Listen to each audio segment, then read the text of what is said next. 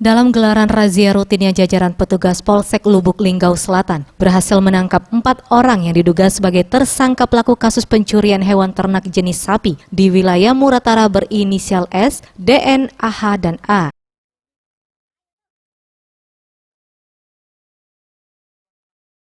Sapi yang sudah terpotong-potong tersebut dibawa di dalam mobil sedan dengan ditutupi terpal yang rencananya akan dijual di sebuah pasar di Lubuk Linggau. Penangkapan bermula saat petugas menggelar razia di kawasan Jalan Siring Agung. Saat petugas memeriksa, ternyata di dalam mobil terlihat senjata api rakitan. Namun petugas dengan sigap melakukan tindakan karena para pelaku mencoba melarikan diri ke dalam hutan.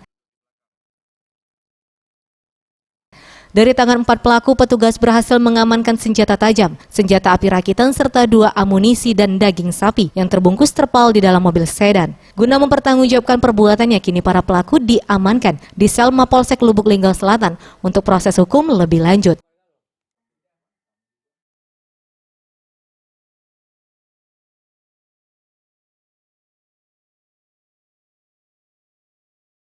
Kemudian juga didapati di dalam mobil terbungkus 1 ekor sapi.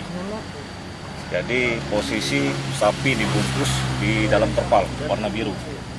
Setelah dibuka anggota, ternyata di dalamnya adalah sapi utuh. Cuma isi dalamnya yang dikeluarkan oleh pelaku.